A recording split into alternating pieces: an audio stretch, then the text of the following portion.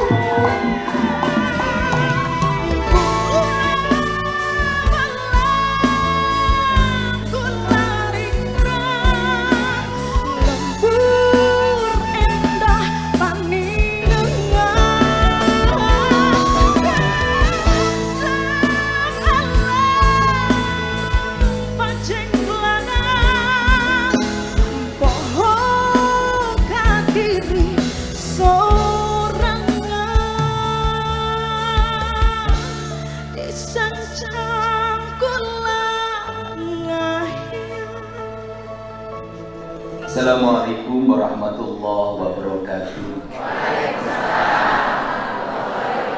Sampurasun. Para anu kasuhun meninggal di pamri ajri kapihatu ka iyang lumuhun yang murpeng alam nungawasa jagat kabeh alam karampa alam tarasa alam bihari alam kiwari jeung alam poisu.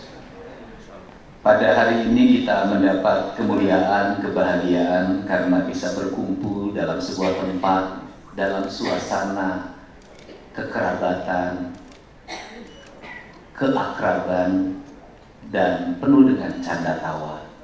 Suasana yang mungkin jarang dalam pertemuan-pertemuan yang setiap hari saya tahu di Purwakarta dialami dengan ketegangan. Dan yang paling tegang itu tadi malam itu saya perhatikan.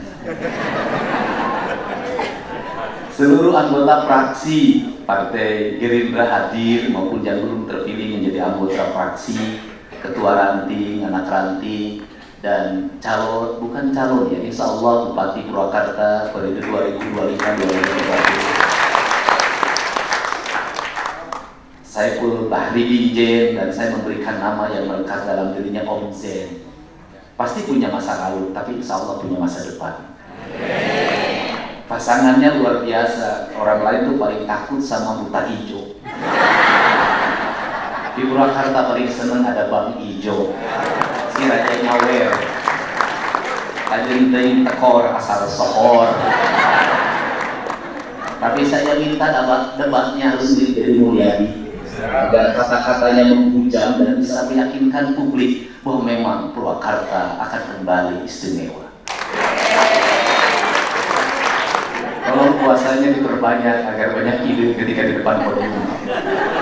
Tapi seluruh komen media sosialnya sangat kuat dan semuanya mengarah 70% ke pasangan 01 saja.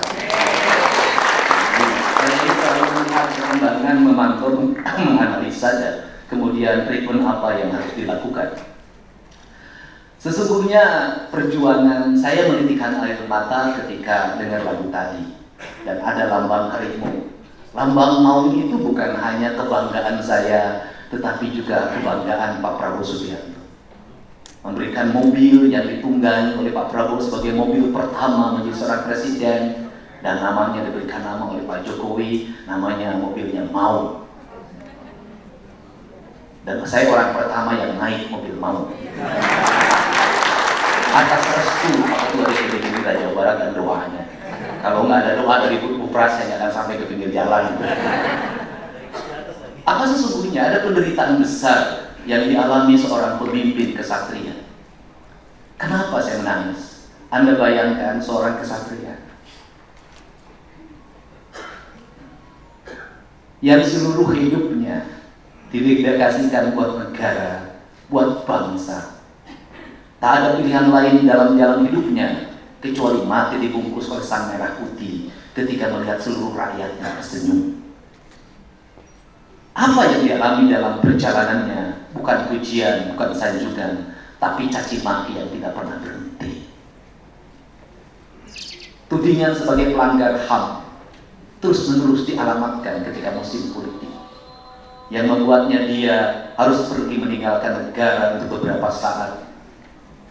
Di negerinya dia dianggap sebagai orang yang melanggar undang-undang. Diberhentikan dari jabatan militer dengan pangkat letnan jenderal bukanlah persoalan yang mudah. Tetapi seluruhnya tidak akan bisa mengurung dirinya dalam sangkar yang emas. Tidak bisa mengurung dirinya dalam kehidupan yang serba berkecukupan. Dihargai di negara lain di Yordania, dianggap sebagai tamu yang sangat istimewa. Kerinduannya pada bangsanya akan jeritannya orang-orang kecil yang rumahnya roboh, jeritan anak-anak yang tidak bisa bersekolah karena biaya mahal, jeritan harta kekayaan negara yang terus dikeruk oleh bangsa lain, membuat dia tidak pernah bisa tidur di Yordania.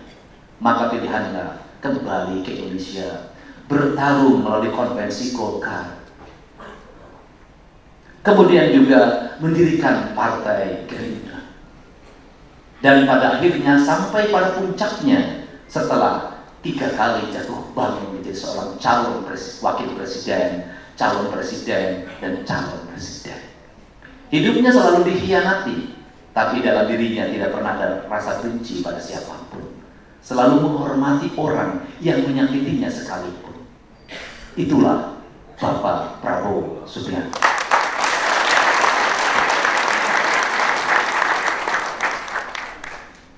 Mau memiliki karakteristik, dia selalu sendiri. Dia memiliki wilayah teritorial yang tidak bisa diganggu oleh siapapun.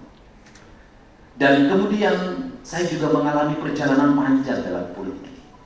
Politik saya selalu dihentikan dengan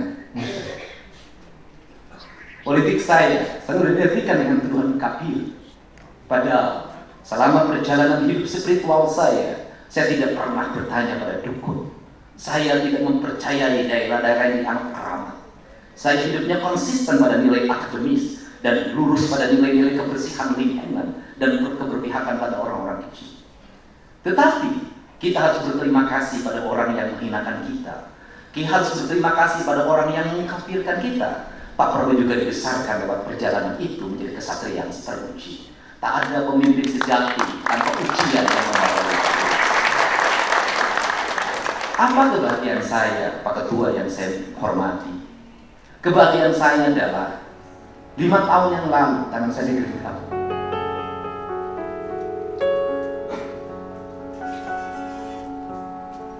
Semangat, Pak!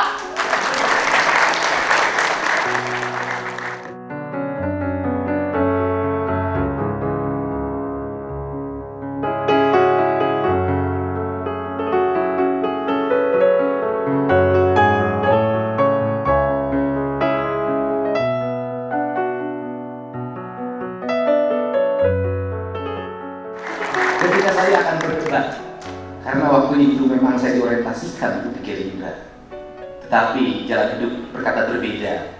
Ada pandangan mata yang tajam diarahkan pada saya, seolah-olah tak tega untuk berpisah. Kebahagiaan saya hari ini adalah saya mencalonkan gubernur ketika Pak Prabowo sudah jadi presiden.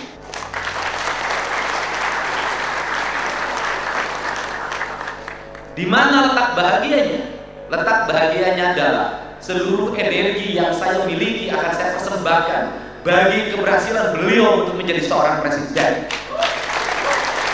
Karena presiden tidak bisa sendiri. Dia perlu menteri yang mengabdi pada diri dan negara. Walaupun Pak Prabowo menolak mengabdi pada diri, harus mengabdi pada negara. Dia perlu seorang gubernur yang mengabdi pada negaranya melalui pengabdi pada provinsinya. Dia memerlukan seorang bupati wali kota yang mengabdi pada negaranya melalui pengabdian pada kabupaten kotanya. Dia memerlukan kepala desa yang mengabdi pada negaranya melalui pengabdian pada desanya. Dalam kerangka itulah kita akan bisa mewujudkan Indonesia maju. Maka kerangka Indonesia maju saya terjemahkan dalam kerangka Jawa Barat istimewa. Kenapa saya katakan kalimat Jawa Barat istimewa? Dari mana kita memulainya? Dan dari sini selalu saya katakan bahwa Jawa Barat diciptakan oleh Tuhan dalam keadaan tersenyum, sehingga dia seperti sepenggal tanah dari surga. Sepenggal tanah dari surga itu tanah yang harus kita muliakan. Tanah yang harus kita muliakan. Tanah yang harus kita muliakan. Kenapa kita harus mengatakan tanah harus kita muliakan? Karena seringkali orang Jawa Barat tidak pernah bangga terhadap tanahnya.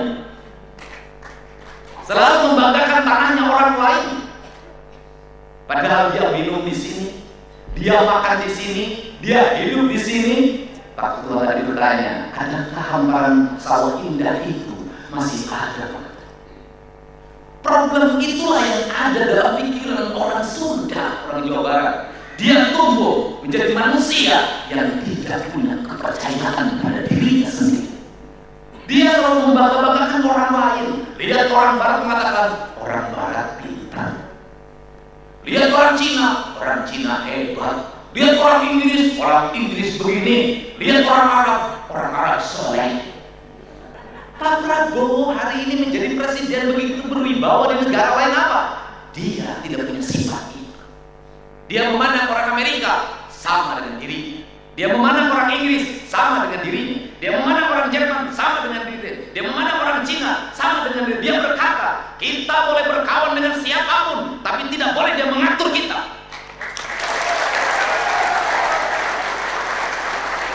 Saya minta pada orang Sunda, orang Jawa Barat, kalau Anda ingin menjadi bangsa hebat, menjadi warga hebat, jangan sekali-kali mengatakan bahwa orang lain lebih mulia dari kita, orang lain lebih hebat dari kita, orang lain lebih pintar dari kita. Katakan bahwa kita lebih segala-galanya dari mereka. Kalau ingin menjadi orang besar, kalau menjadi orang hebat, rendah diri ini harus dibangun.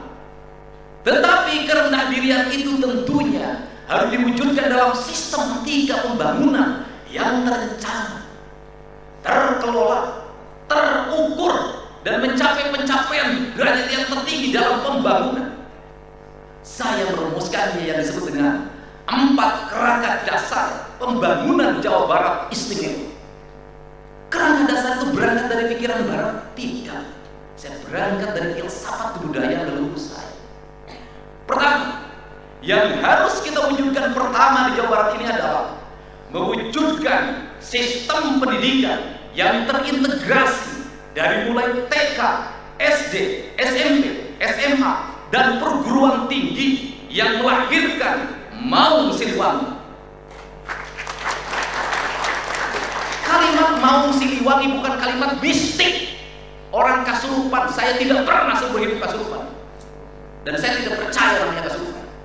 Tetapi Maung adalah manusia unggul. Manusia unggul itu manusia apa dalam filsafat Sunda? Manusia unggul itu adalah manusia cager, bager, bener, pinter, sikap. Kualifikasi manusianya seperti apa? Kaluhur sirungan, kahandap akan. Kaluhur sirungan artinya apa? Dia memiliki nilai akademis yang tinggi dan memadai. Dia kaum laut. Dia mampu berinteraksi dengan siapapun dalam bicara. Dia bisa bicara dengan presiden, dia bisa bicara dengan menteri, dia bisa dengan eselon manapun, dan dia mampu berdiri dengan sejajar. Tetapi kakinya tetap di bawah, hidup di tengah-tengah masyarakat, hidup di tengah-tengah kehidupan pedesaan, yang dia setiap hari bertetangga, menyayangi orang-orang yatim, menyayangi anak-anak miskin, dan dia tidak pernah sombong dalam diri.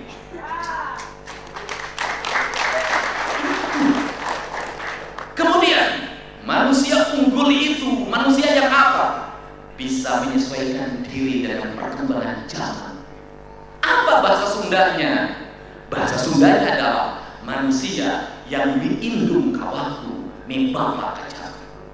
Karena dia mengindung kawaktu dan mimbawa kacaman, maka dia bisa membaca perubahan dan mengendalikan arah perubahan. Dia bisa mengendalikan arah perubahan, bukan dia larut dalam perubahan, apalagi dia terbawa oleh angin perubahan.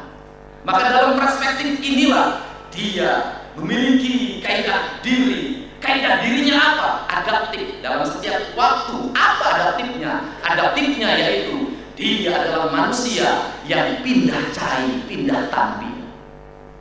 Karena dia memiliki kaidah pindah cai dan pindah tampilan. Artinya apa? Dia menyesuaikan dengan siklusnya. Hari ini saya jadi ini, kualifikasinya ini. Tetapi dia dalam dirinya tetap berdiri tegak. Apa berdiri tegaknya? Dia berdiri tegak apa? Tidak pernah pindah di lempangan. Pindah ke lempangan apa? Hidupnya tegak lurus. Pada mana? Pada arah kebenaran. Arah kebenaran yang bagaimana? Arah kebenaran itu, kata orang Sunda, nulung kan butuh, nalang kan susah, nganter kan sieun, nyangan kan poikeun, deleuhan welasan asihan. Itulah manusia unggul, manusia siliwangi. Dan sistem pendidikan itu akan melahirkan apa? Sistem pendidikan.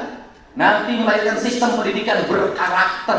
Sistem pendidikan berkarakter bagaimana? Sistem pendidikan di daerah pegunungan harus berbeda dengan sistem pendidikan di daerah pantai. Sistem pendidikan di daerah pantai harus berbeda di daerah perkotaan. Di daerah perkotaan harus berbeda dengan daerah industri. Semuanya dilingkupkan yaitu pendidikan berkarakter. Maka karakteristik nanti akan diterjemahkan lagi lewat apa? Sistem pendidikan istimewa yang berkesinambungan dan berkelanjutan. Bagaimana caranya manusia mau dilahirkan? SD dibangun Calistung, ini Pak Prabowo lagi menyukai ini dan sangat mendukung ini. Kemudian dibentuk karakter ketika masuk SMA.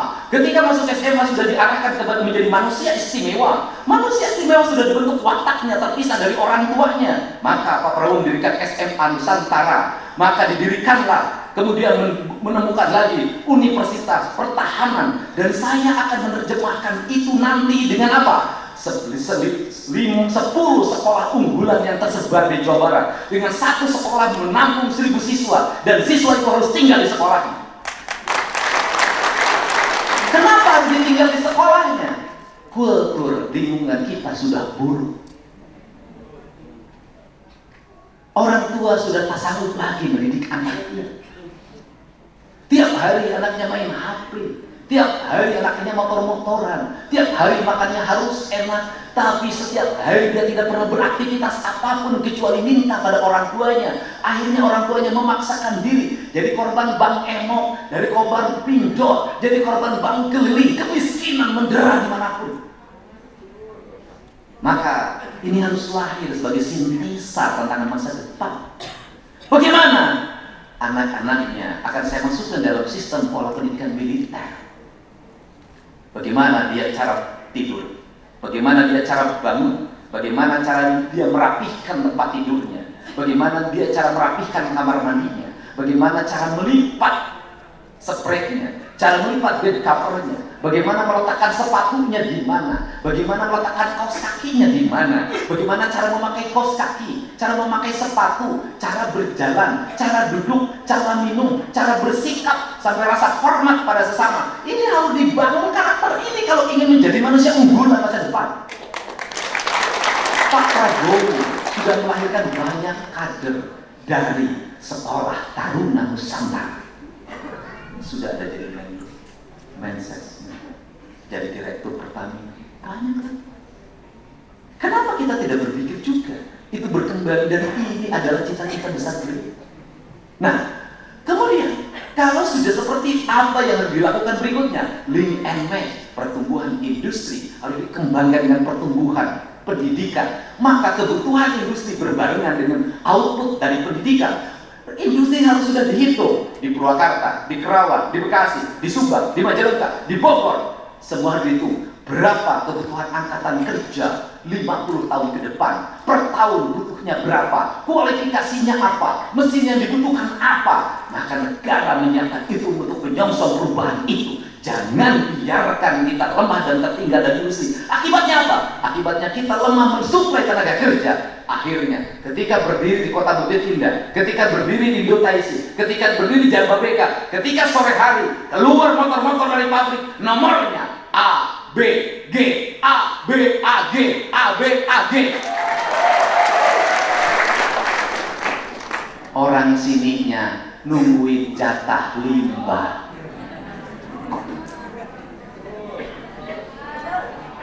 Kerjanya marah-marah. Setelah itu lingkungan desanya membuat aturan pengelolaan tenaga kerja lingkungan, tapi masuknya harus bayar.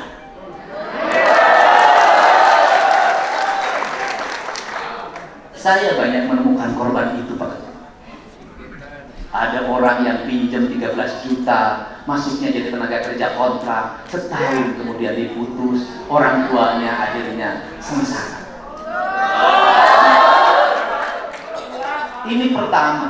Kemudian yang kedua, kita harus membangun apa? Mengembangkan pembangunan yang berkeadilan.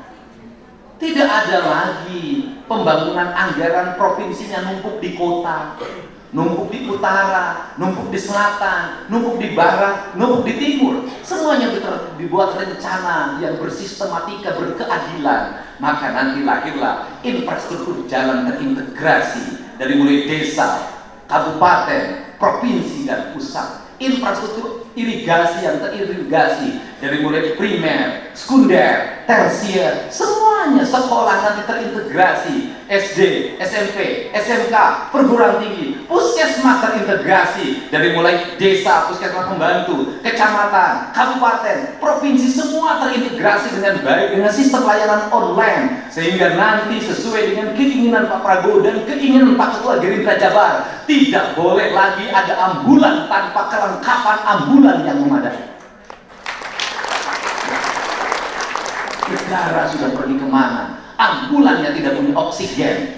Negara sudah pergi kemana? Ambulannya tidak dampingi perawat. Negara sudah pergi kemana? Ambulannya, sopirnya tidak dibayar. Ini harus merata. Kemudian yang ketiga, maka kita yang harus dibangun dalam infrastruktur adalah infrastruktur ekonomi yang berkeadilan. Bagaimana infrastruktur ekonomi yang berkeadilan? Infrastruktur ekonomi yang memiliki basic lingkungan. Bagaimana? Gunung harus dikembangkan aspek ekonomi gunung. Laut harus dikembangkan aspek ekonomi laut. Perkotaan, aspek ekonomi perkotaan. Industri, aspek ekonomi industri. Semuanya harus menjadi ekosistem ekonomi Jawa Barat. Karena menjadi ekosistem ekonomi Jawa Barat, maka tidak boleh saling mematikan, tetapi saling menghidupkan. Dia harus saling mengayomi, saling mencintai, saling mengasihi. Maka nanti lahirlah sistem ekonomi berbasis ekonomi organik. Karena berbasis organik, maka yang organik itu apa? Nanti peternakan organik, pertanian organik, perikanan organik akan melahirkan apa? Daya dukung lingkungan yang kuat dari mulai tata kelola sampah di setiap rumah tangga, tata kelola sampah di tingkat desa, tata kelola sampah di tingkat kecamatan, kabupaten, semuanya menjadi siklus. Kemudian lingkaran jalan juga dibuat menjadi lingkaran yang organik, yang pada akhirnya satu sama lain saling membahagiakan dan saling mensejahterakan. Yang keempat apa? Yang keempat adalah membangun kekuatan birokrasi yang good government. Birokrasi yang melayani, birokrasi yang hadir di tengah-tengah masyarakat, birokrasi yang hadir ketika anak-anak orang miskin mengalami masalah, dia hadir. Ketika bencana, dia hadir. Dia mempermudah investasi. Dia tidak menghabiskan anggaran hanya untuk kegiatan-kegiatan yang tidak penting. Kunjungan kerja, seminar-seminar, fasilitasi, sosialisasi. Jangan harap ke depan ada itu di Jawa Barat, karena akan saya arahkan untuk apa? Mensejahterakan 8 asnaf yang harus segera diselesaikan. Dan itu amanat Pak Presiden, teman. Untuk itu, dengan apa? Dengan cara ini kita maju, Pak. Kalau dengan cara ini maju, apa yang akan terwujud? Kalau negaranya sudah makmur, masyarakatnya bahagia, maka kata orang Sunda, sebur makmur gemah ripah repeh rapi. Reaketan reaketon buncir leuit loba duit bruk dijuru bruk dipanto ngalayak di tengah ima ngahni hirup masyarakatna bulan 14 jalan gede sasakuan sareundeuk saigil sabobot saktihanean. Maka kalimat sa itu adalah kalimat penyatuan. Apa penyatuannya? Papat kalimat tunggal. Itulah cara orang Sunda menerjemahkan Tuhan dalam kehidupan nyatanya. Tuhan bukan hanya menjadi sesembahan, tapi Tuhan menjadi perilaku hidup dalam mengelola sampah. Tuhan menjadi perilaku hidup ketika di kantor. Tuhan menjadi perilaku hidup ketika di jalan. Maka seluruh jalan dan lingkaran yang menjadi lingkaran ekosistem yang tidak berhenti. Inilah yang diajarkan oleh Abah Anom, yang dia mengatakan kabeh alam dikir dina sapopoena ka Gusti la ilaha illallah. Jadi agama itu lahir dalam relung. kehidupan, bukan dalam cerita atau stigma politik yang hanya diambil ayatnya untuk merendahkan orang lain, menuduh orang lain, mendegradasi orang lain. Bukan begitu. Itu tidak diajarkan dalam agama. Agama adalah jalan yang bagi kita menuju ke arah kebahagiaan hidup yang sempurna. Ada dua nilai di situ. Ada kekuatan ritual yang itu menjadi hak-hak personal. Ada kekuatan sosial yang itu tugas-tugas pemimpin. Dan yang paling tinggi dalam agama adalah spiritual. Dan orang yang sudah berspiritual itu bukan hanya dalam ritual agama, dia akan menikmati spiritualitas hidupnya dalam kehidupan keseharian. Dia berdebat dalam meja-meja debat di gedung DPR, debatnya spiritual. Dia debat dalam mimbar-mimbar debat calon gubernur, calon bupati dan wali kota. Debatnya debat spiritual. Kenapa? Dalam debat spiritual, teks tidak penting lagi. Maka dia akan lahir dalam petunjuk yang diberikan oleh Allah dan ke dalam relung hatinya. Itulah yang dipentingkan, yang disebut dengan pemimpin otentik, bukan pemimpin kosmetik. Terakhir, saya kalau ingin jadi pemimpin kosmetik itu gampang. Tinggal ganti dari ikat menjadi baju putih. Tinggal ganti baju ini menjadi baju takwa. Padahal baju takwa itu buatan Cina. Baju koko itu buatan Cina. Tinggal diganti celananya menjadi celana komprang. Tinggal diganti setiap hari gaul dengan orang-orang yang dianggap ahli agama. Tinggal kesana kembali saja didampingi, selesai saya menjadi santri. Tetapi kalau perilaku saya tidak mensejahterakan publik, kalau saya hanya ngemplang anggaran untuk yayasan saya dan setengahnya hanya dipakai untuk yayasan, setengahnya dipakai oleh saya, sesungguhnya saya sudah menjadi penista agama. Untuk itu jangan pernah ada keraguan. Jangan lagi bicara hari ini tidak ada dana operasional. Jangan lagi bicara hari ini tidak ada perintah partai. Jangan lagi bicara hari ini kalau mendukung dia untungnya apa. Saya katakan ke Partai Gerindra, kalau nanti kita punya gubernur, karena presiden sudah punya, kita punya bupati dan wali kota, dan kita mengabdi pada rakyat dengan baik, seluruh rakyat Jawa Barat dibawa ke pemimpinan Partai Gerindra, kemudian tumbuh menjadi rakyat yang subur, makmur, gemah, limpah, rapi, kita tidak perlu berkampanye.